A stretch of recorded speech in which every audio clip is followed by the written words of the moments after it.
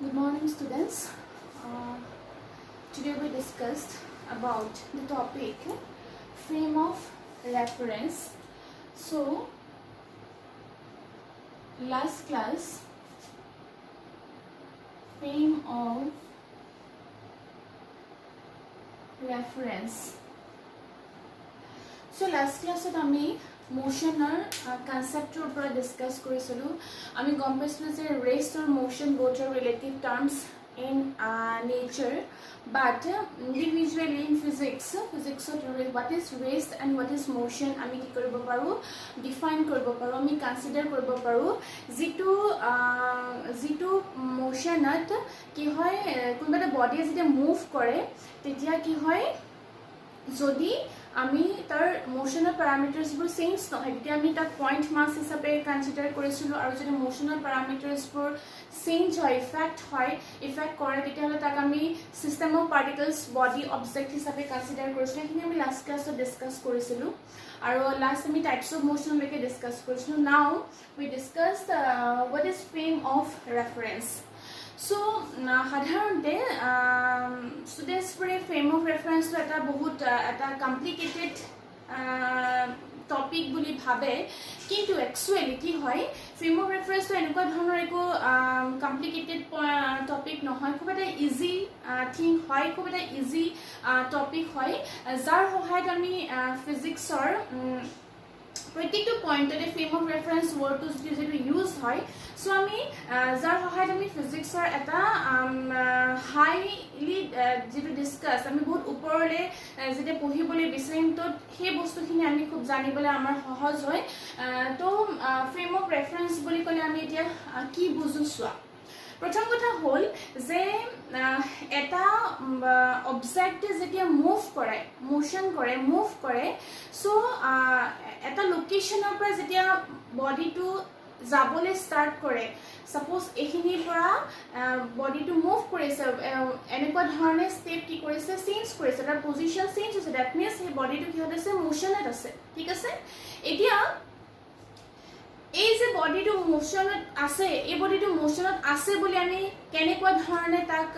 ক'ব পাৰো বা তাক অবজাৰ্ভ কৰিব পাৰো তো এটো কি হয় যে সেই অবজেক্টটো সেই বডিটো যেতিয়া মোশনত থাকে মোশন হয় তেতিয়া অবজাৰ্ভাৰ এজনৰ হাতত অবজাৰ্ভাৰ জনে যোনজনে দেখা পায় যে বডিটো মোশন কৰিছে গতি কৰিছে মুভ কৰিছে তেতিয়া সেই অবজাৰ্ভাৰ জনৰ কাৰণে কিছুমান প্যাৰামিটাৰছ থাকে সেই অবজাৰ্ভাৰ জনৰ হাতত কিছুমান প্যাৰামিটাৰছ থাকে যাৰ সহায়ত সেই অবজাৰ্ভাৰ জনে সেই বডিটো সেই অবজেক্টটোক ৰেফাৰ কৰিব পাৰে যে হি কেনেকুৱা ধৰণে মুভ কৰিছে আৰু সেই প্যাৰামিটাৰছবোৰ কি হৈছে নাম্বাৰ 1 সেই অবজাৰ্ভাৰ জনৰ হাতত এটা কি থাকে ডাইৰেকচন থাকে অবজাৰ্ভাৰ জনৰ হাতত ডাইৰেকচন মিন্স এটো বুজাইছে অবজাৰ্ভাৰ জনৰ হাতত ক'ব পাৰে যে এটো তেওঁ এটো জানে যে এটো east west direction north south direction up and down direction observer জনৰ হাতত এই ডাইৰেকচনটো থাকে তাৰ উপৰি কি হয় সেই অবজাৰ্ভাৰ জনৰ হাতত আনাদাৰ এটা প্যাৰামিটাৰছ থাকে তেওঁ টাইম তেওঁ সময়টো চাব পাৰে টাইমটো চাব পাৰে ফৰ এক্সাম্পল এনেকুৱা ধৰণৰ কথা যে এটা অবজেক্টে এটা পজিশনৰ পৰা এই যেটো মই ডাইৰেকচন অবজাৰ্ভাৰ জনৰ হাতত আছে বুলি কৈছো যেটো কমপ্লিটলি 90 ডিগ্ৰী ফৰ্মত দেখাইছো মই suppose east west north south up and down যেটো মই তিনিটা ডাইৰেকচন ৰিপ্ৰেজেন্ট কৰিছো তোমালোকৰ আগত এই বস্তুটো এই প্যাৰামিটাৰছ মই অবজাৰ্ভাৰ জনৰ হাতত থাকে বুলি কৈছো ধৰি ললো এটা এক্সাম্পল হৈছে যে এটা অবজেক্টে ষ্টেচনাৰী পজিশনৰ পৰা এইটো ডাইৰেকচনত আহিছে এনেকে ধৰণে ইয়াৰ পৰা এনেকে মুভ কৰিলে তাৰ পৰা এনেকুৱা ধৰণে গল ওপৰলে গল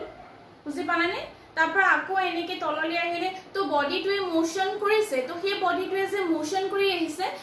কৰিছে সেই অবজাৰ্ভাৰ জনে কি কৰিব পাৰে ৰেফাৰ কৰিব পাৰে সেই অবজাৰ্ভাৰ জনে কন্ট্ৰোল কৰিব পাৰে ক'ব পাৰে ৰেফাৰ কৰিব পাৰে যে সেই বডিটোৱে কেনেকুৱা ধৰণে মুভ কৰিছে তাৰ উপৰিও যেতিয়া সেই বডিটোৱে কি কৰিছে এটা পজিশন চেঞ্জ কৰে like north to south east to west up and down তো প্ৰত্যেকটোতে এটা তাৰ টাইম টু চেঞ্জ হ'ব যে ইমান টাইমত এখিনি পাইছিলে কি নেক্সট টাইমত বোলে ওপৰলৈ গ'ল তাৰ পৰা বোলে আকৌ তললৈ আহিলে সেই টাইমটো কিমান চেঞ্জ হৈছে সেই টাইমটো মেইনটেইন কৰিব পৰা সেই কন্ট্ৰোল কেপাচিটিটো অবজাৰ্ভাৰজনৰ হাতত থাকে তো সেই অবজাৰ্ভাৰজনৰ হাতত যিটো পেৰামিটাৰ্ছ মই কৈছো যেটো প্যাৰামিটাৰছৰ সহায়ত সেই বডিটোৰ মোশনটো কেনেকুৱা ধৰণৰ হৈছে কমপ্লিটলি কি কৰিব পাৰে ডেসক্ৰাইব কৰিব পাৰে like east west north south up and down with respect to time এটা টাইম মেচিনৰ মই কথা কৈছো যেটোৱে সেই গোটেই বস্তুখিনি কি কৰিব পাৰে এক্সপ্লেইন কৰিব পাৰে about the motion of the particle ঠিক আছে তো এতিয়া সোৱা প্ৰথম কথা হ'ল যে এই যে মই তিনটা ডাইৰেকচনৰ কথা কৈছো up down east west north south এটো বিভিন্ন ধৰণে বিভিন্ন ভাষাত বেলেগ বেলেগ কয় ইংলিশত মই এনেকুৱা ধৰণে কৈছো আসামিজত হলে বেলেগ হ'ব হিন্দীটো আমি বেলেগ ধৰণে কিছুমান ব্যৱহাৰ কৰো শব্দ এতিয়া ফিজিক্সৰ ক্ষেত্ৰত বা ম্যাথমেটিক্সত সেই গোটেই বস্তুটো এনেকুৱা ধৰণে এক্সপ্ৰেছ কৰিলে যেটোৱে কমপ্লিটলি বিভিন্ন জায়গাত বেলেগ বেলেগ স্টুডেন্টস প্ৰত্যেকটো ঠাইতে সেই বস্তুটো এটা ওয়াৰ্ড কলে এটা ওয়াৰ্ডে কি কৰিব পাৰে সেই গোটেই ডাইৰেকচনটোৰ কথা ৰিপ্ৰেজেন্ট কৰিব পাৰে ইষ্ট ওয়েষ্ট বলে আমি অসমীয়া নজনা বলে ইংলিশত আমি কি বুলি কৈছো east west north south up down বুলি কৈছো আসামি স্টুডেন্টস বোৰ আগতে কি ক'ব লাগিব পূব পশ্চিম উত্তৰ দক্ষিণ ওপৰ তল এনেকুৱা ক'ব লাগিব কিন্তু ফিজিক্স আৰু ম্যাথমেটিক্সত এই গোটেই বস্তুটোকে এটা ওয়াৰ্ডত কি কৰিলে এক্সপ্ৰেছ কৰি পেলালে যেটো যাতে সবে বুজি পায় সেই বস্তুটো বুজি পেলানে আৰু সেইটো হৈ গল এক্সিস হেতু কি বুলি কলে এক্সিস বুলি কলে এই যে মই কথাটো কৈছো এটো কি বুলি কলে সেই বস্তুটো এক্সিস বুলি কলে এটা সেই এক্সিসটো যেটো মই তিনিটা ডাইৰেকচন ৰিপ্ৰেজেন্টস কৰিছে বুলি কৈছো অবজাৰ্ভাৰ জনে সেই এক্সিসটো সেই ডাইৰেকচনটো অবজাৰ্ভাৰ জনৰ হাতত যে থাকিব এই যে মই ফিজিক্স বা ম্যাথমেটিক্সত সেই ওয়াৰ্ডটো এক্সিস হিচাপে মই এক্সপ্ৰেছ কৰে বুলি কৈছো axis means along the direction of 3 x axis y axis and z axis বুজি পেলানে এটো কি হৈ গল আমি x axis ধৰিলো y axis ধৰিলো z axis ধৰিছো এই যে তিনিটা axis এই তিনিটা axis টো কি বুজাই আছে তাৰ ডাইৰেকচন টো ৰিপ্ৰেজেন্ট কৰি আছে যে x direction y direction z direction suppose এটা পাৰ্টিকল এনেকে আহিলে এটো ডাইৰেকচনত গল এনেকে গল সো কোনটো ডাইৰেকচন গৈছে তেতিয়া হলে x ডাইৰেকচনত গৈছে তাৰপৰ ধৰে ললো এনেকুৱা ধৰণে গল y ডাইৰেকচনত গৈছে তাৰপৰ ধৰে ললো এনেকে গল z ডাইৰেকচনত গৈছে এই যেটো ডাইৰেকচন সেই যে ডাইৰেকচন অবজাৰ্ভাৰ জনে ৰেফাৰ কৰে পয়েন্ট অবজেক্টৰ ওপৰত বা সেই পাৰ্টিকলটোৱে যেটো মোশন কৰিছে সেই গোটেই যেটো টাৰ্ন সেই গোটেই সিস্টেমটো এই যেটো কলো এটা সিস্টেমৰ ভিতৰত সুমুৱাই দিলে আৰু সেই সিস্টেমটোক নাম কলে কোঅৰ্ডিনেট সিস্টেম এই গোটেই বস্তুটো কি বুলি কলে কোঅৰ্ডিনেট সিস্টেম বুলি কলে বুজি পালানে সো যেটো মই কোঅৰ্ডিনেট সিস্টেমৰ কথা কৈছো x y z coordinate system আৰু কাৰ্টেছিয়ানে উলিয়াইছিলে কাৰণে হেতৰ নাম দিলে Cartesian coordinate system that means x y and z এক্সিসৰ কথা ৰিপ্ৰেজেন্ট কৰা হৈছে আৰু গোটেই এই যেটো মই তোমালোকক সিস্টেমৰ কথা কৈছো এই গোটেই বস্তুটো এজন অবজাৰ্ভাৰে মোশনৰ ক্ষেত্ৰত ৰেফাৰ কৰে বুলি কৈছে আৰু সেই কাৰণে এই সিস্টেমটো এটা নাম দিলে সেই নামটো হৈছে কি frame of reference so frame of reference means সাধাৰণতে মই কৈছো যে এটা কমপ্লিকেটেড থিং নহয় এটো খুব এটা ইজি থিং হেতু হৈছে একচুয়ালি ফ্ৰেম অফ ৰেফাৰেন্স মানে হৈছে কোঅৰ্ডিনেট সিস্টেমটো cartesian coordinate system that means x axis y axis and z axis okay so now what is the definition of frame of reference এটা হে frame of reference to definition to আমি কেনেকুৱা ধৰণে represent কৰিব পাৰো so frame of reference কেনেকৈ লিখিবা তোমালোকে মই বোৰ্ডত লিখি নিদু মই কৈ দিছো তোমালোকে নোট ডাউন কৰা frame of reference is a system to measure position of frame of reference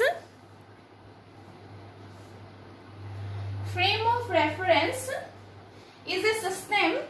to measure position and motion of different bodies full stop this system consists of direction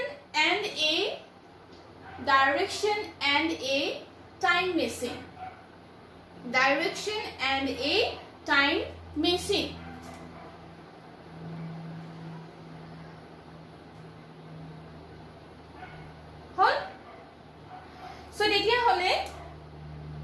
যদিহে কোনবা এটা বস্তুৱে ধৰি ললো কি কৰিছে পজিশন চেঞ্জ কৰিছে তাৰ যেটো পজিশন সেই পজিশনটো আমি মেজাৰ কৰিব পাৰো with respect to the time next আহিলে তাৰ কি কৰিব পাৰা মোশনটো মেজাৰ কৰিব পাৰা হেতু আমি ডিউ টু অবজাৰ্ভাৰ আমি মই কথাটো কলোৱেই এতিয়া এই যেটো মই ফ্ৰেম অফ ৰেফাৰেন্সৰ কথা কৈছো এটো আকৌ দুটা টাইপছ অফ থাকে ইয়াৰ টাইপছ থাকে So number 1 to is inertial frame of reference. Number 1 to is number 1 to is inertial frame of reference. Inertial frame of reference. Inertial frame of reference means frames having no acceleration, that means in motion or rest. Number 2, non-inertial frame of reference. Non-inertial frames having acceleration. Now what is acceleration? Acceleration er kotha tumalike paisa jetia kiba eta particles ba kiba eta objector jetia ki hoy speed to change hoy. When speed is changed, that means this one is known as accelerated particles. Eto ki boli koa hoy accelerated particles boli koa hoy. যেতিয়া এটা পার্টিকলে কি কৰিব uniform ভেলোসিটিত move কৰিব for example এখন train মোশনত আছে আৰু সেই ট্ৰেইনখনৰ continuously স্পীডটো চেঞ্জ হোৱা নাই দ্যাট মিন্স ইউনিফৰ্মলি মুভ কৰি আছে with respect to time change হৈছে বাট স্পীডটো কনস্ট্যান্টলি হৈ আছে 40 km/h কন্টিনিউয়াসলি গৈ আছে then this one there is no acceleration and this motion is known as this type of frame of reference is known as যেতিয়া আমি সেই মোশনটো explain কৰিবলৈ যাও frame of reference তেতিয়া হেতু কি বুলি কোৱা হয় তেতিয়া আমি হেতু কি বুলি কম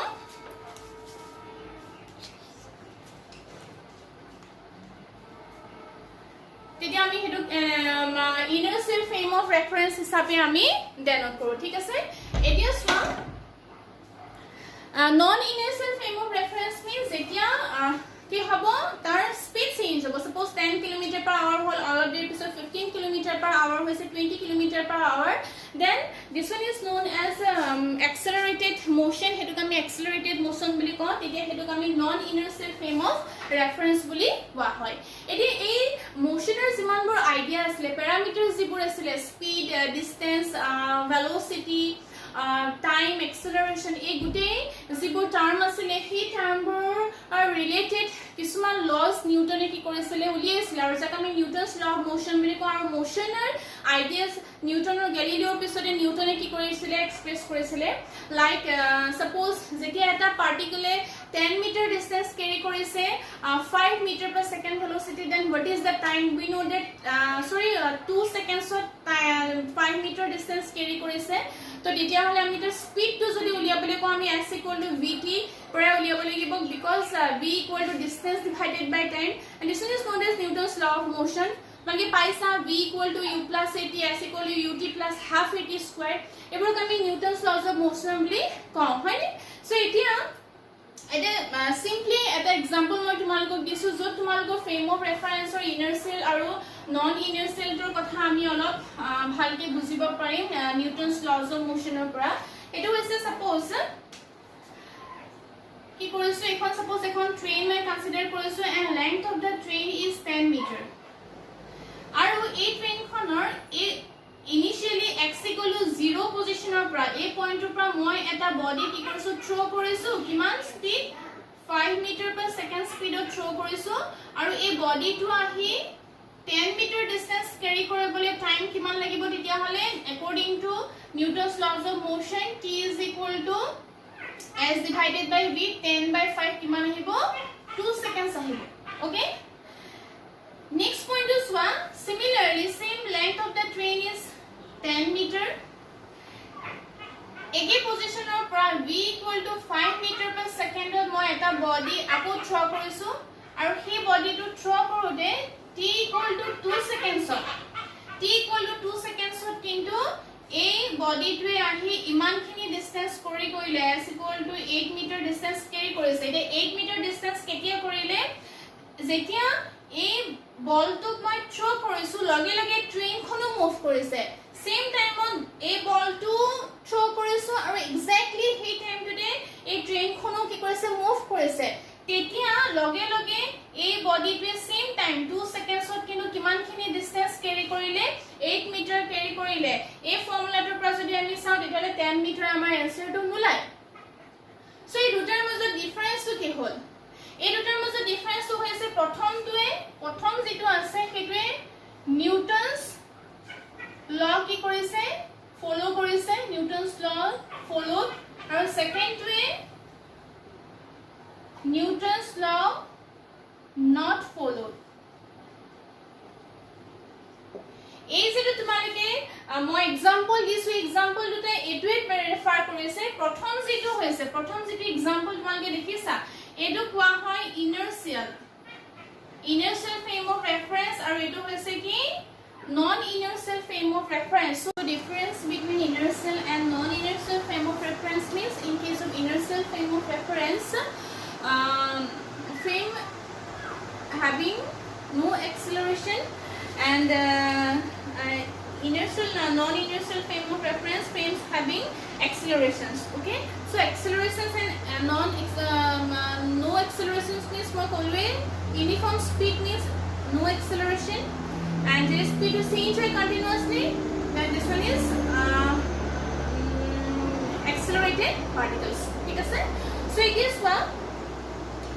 with the help of frame of reference আমি জানো যে এটা পাৰ্টিকলসৰ পজিশন আৰু মোশন কি কৰিব পাৰে এক্সপ্ৰেস কৰিব পাৰে যেতিয়া এটা পাৰ্টিকলস মুভ কৰিব সেই পাৰ্টিকলসৰ মোশন টু অবজাৰ্ভাৰ জনৰ কাৰণে কেনেকুৱা ধৰণৰ হ'ব যে অবজাৰ্ভাৰ জনৰ হাতত যেটা এটা ফ্ৰেম অফ ৰেফাৰেন্স থাকে কাৰ্টেছিয়ান কোঅৰ্ডিনেটস থাকে so with respect two Cartesian কোঅৰ্ডিনেটস এই অবজাৰ্ভাৰ জনৰ কাৰণে এটা motion of explain korbo pare express korbo pare like 1 2 3 dimension bole so amar pisor topic to hobo one dimensional motion that means motion in one dimension motion in two dimension motion in three dimension boli boli ami ki buzu so prothom to hoise motion in one dimension motion in one dimensional motion in a straight line বুলি কোৱা হয়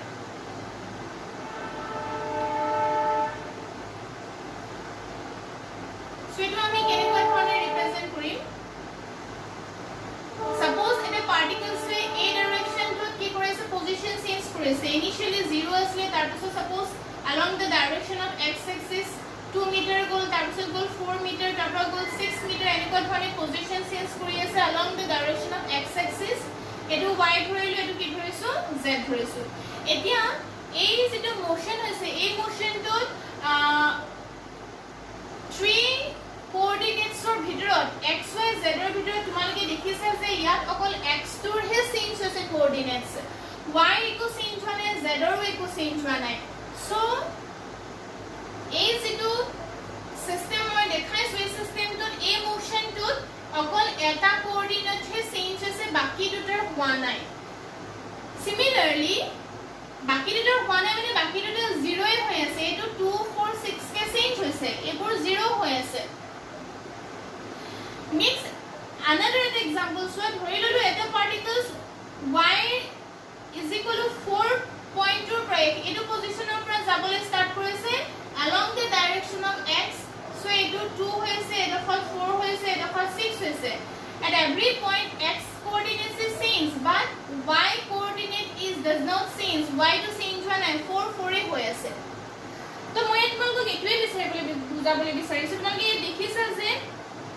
তিনিটা কোঅৰ্ডিনেটছৰ ভিতৰত অকল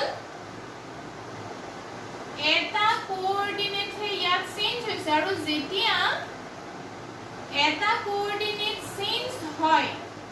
তেতিয়া তোমালোকে মোচনৰ পাথটো straight দেখা পোৱা আমি ষ্ট্ৰেট পাথত যোৱা বুলি কওঁ হেতু সেইকাৰণে ইয়াক কি বুলি কয় মোচন ইন এ ষ্ট্ৰেট লাইন বুলি কোৱা হৈছে সো মোচন ইন এ ষ্ট্ৰেট লাইনৰ যদি মই এক্সাম্পলৰ কথা কওঁ মোচন ইন এ ষ্ট্ৰেট লাইনৰ এক্সাম্পল তোমালোকে কি ক'ব পাৰিবা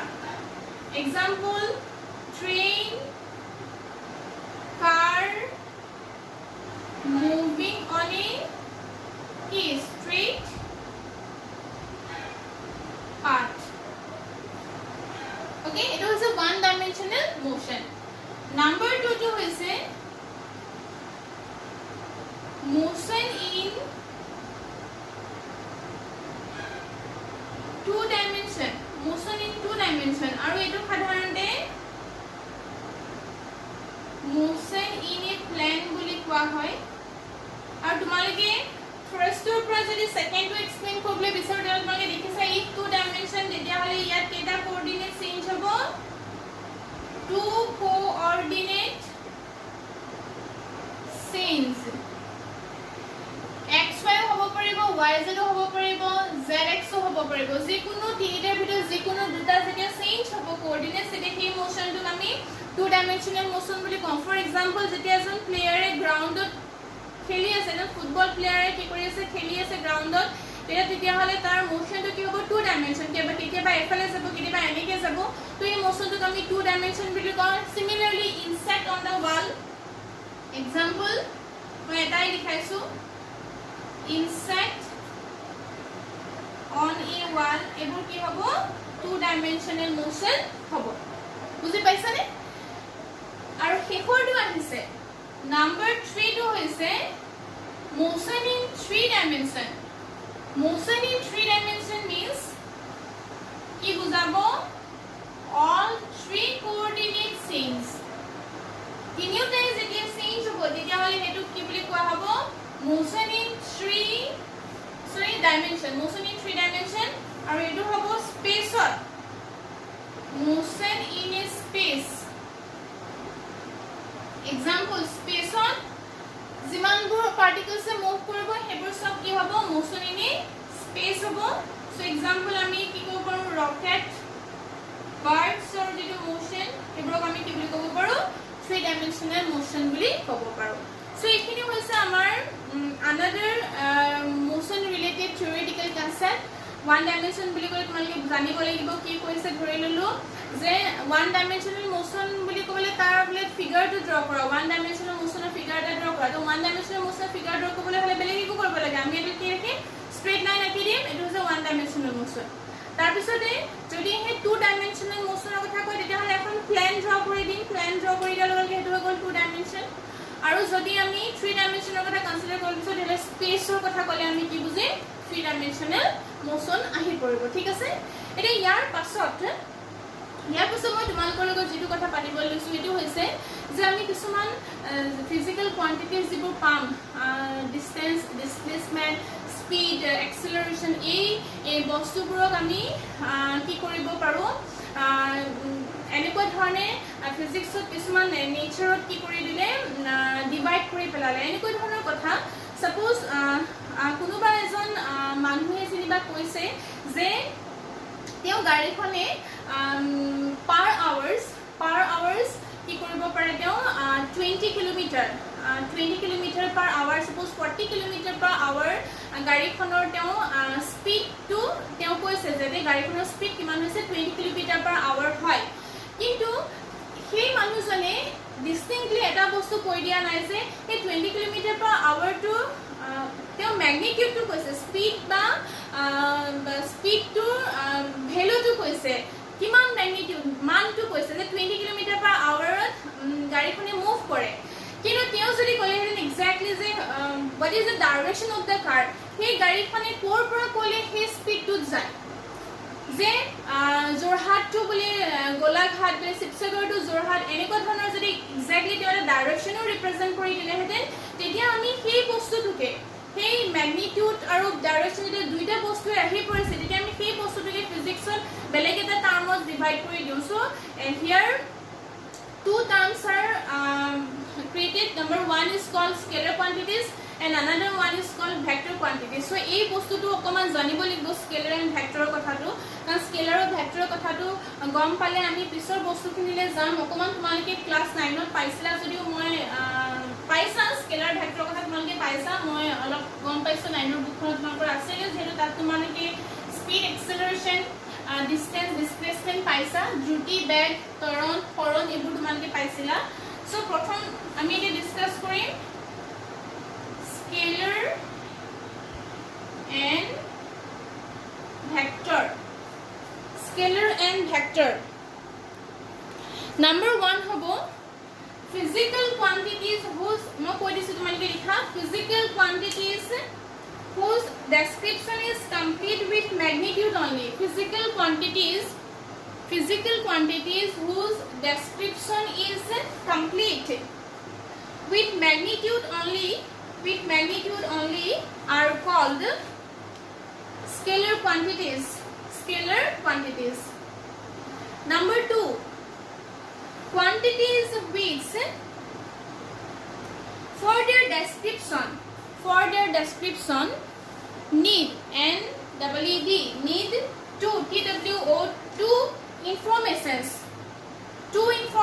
need two informations, comma, magnitude as well as direction are called vector quantities. তাৰমানে যিবোৰ কোৱান্টিটিৰ অকল ম্যাগনিটিউডটোহে লোৱা হয় ডেসক্ৰিপচন দিবলৈ সেইবোৰ কোৱা হয় স্কেলাৰ, আৰু যিবোৰৰ দুটা ইনফৰমেশনস দিব লগা হয়, one is magnitude, another one is direction, সেইবোৰ ক'ব vector quantity. For example scalar quantities হ'ব ডিষ্টেন্স, তাৰপিছত স্পীড, টাইম, মাছ, এইবোৰ হ'ব স্কেলাৰ কোৱান্টিটিজ। আৰু ভেক্টৰ কোৱান্টিটি হ'ব ভেলোচিটি, এক্সেলাৰেশ্যন, তাৰপিছতে এনেকুৱা ধৰণৰ যিমানবোৰ ডিষ্টেন্স এইবোৰ হ'ব কি তোমালোকৰ ভেক্টৰ কোৱান্টিটিজ। বুজি পালানে? সো এইখিনি বস্তু আমাৰ অলপ দৰকাৰ হ'ব, মানে কোনটো কি কোৱান্টিটি জানিব লাগিব। এতিয়া হৈছে যে আমি কেনেকৈ গম পাম যে কিবা এটা বোৰ্ডত বস্তু এটা বুলি দেখুওৱা আছে, টাৰ্মটো দিয়া আছে, আমি বেছিকেলি ভেলোচিটি ভি দ্বাৰা বুজাওঁ, এক্সেলাৰেশ্যন এ দ্বাৰা বুজাওঁ, ডিষ্টেন্স এছৰ দ্বাৰা বুজাওঁ, স্পীডো এছৰ দ্বাৰা বুজাওঁ ইভেন। সো আমি কেনেকৈ গম পাম যে with the help of A symbol, আমি কিছুমান চিম্বলৰ সহায়ত কেনেকৈ গম পাম যে এটা বস্তু ভেক্টৰ কোৱান্টিটি নে এটা বস্তু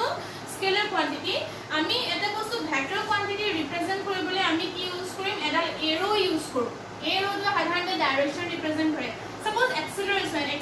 ইজ কিহৰ দ্বাৰা বুজোৱা হৈছে, এ দ্বাৰা বুজোৱা হয়। এক্সেলাৰেশ্যন ইজ এ ভেক্টৰ কোৱান্টিটি। যদি এক্সেলাৰেশ্যনটো ভেক্টৰ কোৱান্টিটি হয় তেতিয়াহ'লে তাৰ ওপৰত এনেকৈ এৰো দি দিয়া হয়, আৰু এই চিম্বলটোৱে কি বুজাই আছে, ভেক্টৰ ৰিপ্ৰেজেণ্ট কৰি আছে। বুজি পালানে? এই চিম্বলটোৱে কি বুজাই আছে, ভেক্টৰ ৰিপ্ৰেজেণ্ট কৰি থোৱা আছে। ঠিক আছে? আৰু যেতিয়া এনেকুৱা ধৰণে থাকে তেতিয়া বুজিলো যে এইটো কি দিয়া আছে, তাৰ ম্যাগনিটিউড। এনেকৈ দিয়া থাকিলে কি বুজিবা, তাৰ এইটো ম্যাগনিটিউড দিয়া আছে, আৰু এইটো কি ৰিপ্ৰেজেণ্ট কৰি থোৱা আছে, এইটো ডাইৰেকশ্যন। সো এইবোৰ হৈছে ইয়াৰ নমিনক্লেচাৰ। এনেকুৱা ধৰণে ইয়াক কি কৰা হয়, নেমটো মেনশ্যন কৰা হয়, কিছুমান চিম্বল ইউজ কৰা হয়। এনেকুৱা ধৰণে দেখুওৱা আছে, সাপোজ এখন কাৰ, আৰু এইটো এনেকুৱা ধৰণে দেখুওৱা আছে, এইটো হৈছে ভেক্টৰ কোৱান্টিটি আৰু ভেলোচিটি ডেনট কৰি থোৱা আছে। Suppose v car is equal to suppose 5 meter per second, then this one is magnitude. এটো কি দিয়া আছে, ইয়াৰ magnitude দিয়া আছে। এনেকুৱা ধৰণে আমি স্কেলাৰ আৰু ভেক্টৰ কোৱান্টিটি সিম্বলিকলি ৰিপ্ৰেজেন্ট কৰিব পাৰো, আৰু কোনটো স্কেলাৰ কোনটো ভেক্টৰ মই তোমালোকক এতিয়া ডেনট কৰিলোৱে। সো এবাৰ কোৱেশ্চন আহিব পাৰে, what is the difference in between scalar and vector quantity. আৰু তোমালোকে স্কুলিঙত পাইছিলা যে স্পীড আৰু ভেলোচিটিৰ ডিফাৰেন্স লিখাটো তোমালোকে তাত লিখিছিলা যে এটা ভেক্টৰ এটা কি হয়, স্কেলাৰ, স্পীডটো হৈছে স্কেলাৰ, ভেলোচিটিটো হৈছে কি ভেক্টৰ কোৱান্টিটি, তোমালোকে লিখিছা। তো এইখিনি বস্তু মই আজি তোমালোকৰ লগত আলোচনা কৰিলোঁ কমপ্লিটলি থিয়ৰিটিকেল কনচেপ্ট হয় গোটেই বস্তুবোৰ ফ্ৰেম অফ ৰেফাৰেন্সটো খুব এটা ইম্পৰ্টেণ্ট পইণ্ট হয় ভালকৈ বুজিবলৈ চেষ্টা কৰিবা ফ্ৰেম অফ ৰেফাৰেন্সৰ সহায়ত আমি ফিজিক্সৰ কিছুমান হেভিলি ভিউ টপিকলৈ আমি যাব পাৰোঁ আৰু এইটো কমপ্লিট এটা মেথমেটিক্স ফৰ্ম হয় আৰু এইটো মই ক'লোৱে যে এটা কাৰ্টেছিয়ান কোঅৰ্ডিনেট ছিষ্টেম হয় ফ্ৰেম অফ ৰেফাৰেন্স মিনছ আৰু তাৰ ওপৰত বেছ কৰি আমি মেকানিক্সৰ বস্তুবোৰ আমি পঢ়িবলৈ পাম সো আজি মই ইমানতে মোৰ ক্লাছটো সামৰিছোঁ ইয়াৰ পাছত মই কমপ্লিটলি মেথমেটিকেল ফৰ্মলৈ যাম য'ত আমি পঢ়িবলৈ পাম what is displacement distance speed and velocity acceleration Newton's laws of মোশ্যনৰ ইকুৱেশ্যনছখিনি সো অলপ তোমালোকে 9ৰ বুকখন ৰিভিউ কৰিবা চাবা সো আজি মই ক্লাছটো ইমানতে সামৰিছোঁ থেংক ইউ